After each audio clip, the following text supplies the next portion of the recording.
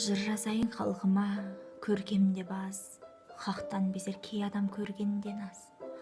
Алпамыстан тарайтын бүгінгі ұрпақ, алтын түсті көлікті мінгенге мәз.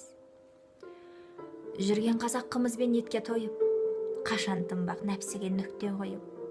Бұл қазақ мал санаудан жарысады, әділдік пен ғылымды шетке қойып. Шарап ішіп жастардың өңі тайды, жетесіздер халыққа болып әйгі.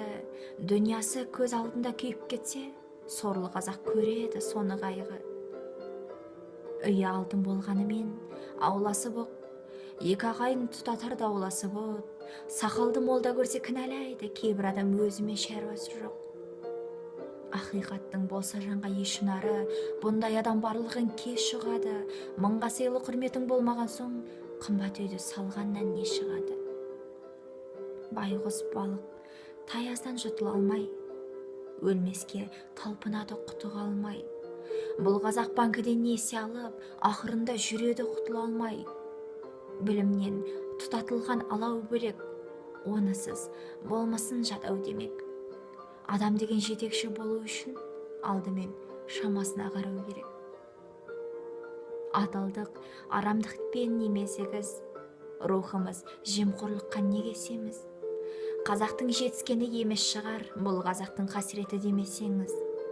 Онсыз да қазақтың көп бұлағы, бара жатыр Қытайдың боп тұрағы. Күні бүгін шетелді көрген қазақ, күн ертең өз тарихын жоқ қылады. Неліктен? Сыйласты құшақ қалып, бара жатыр бұл ұрпақ ұсақталып, көшеде қияметке аттануда қазақ бала қазақтан пышақталып.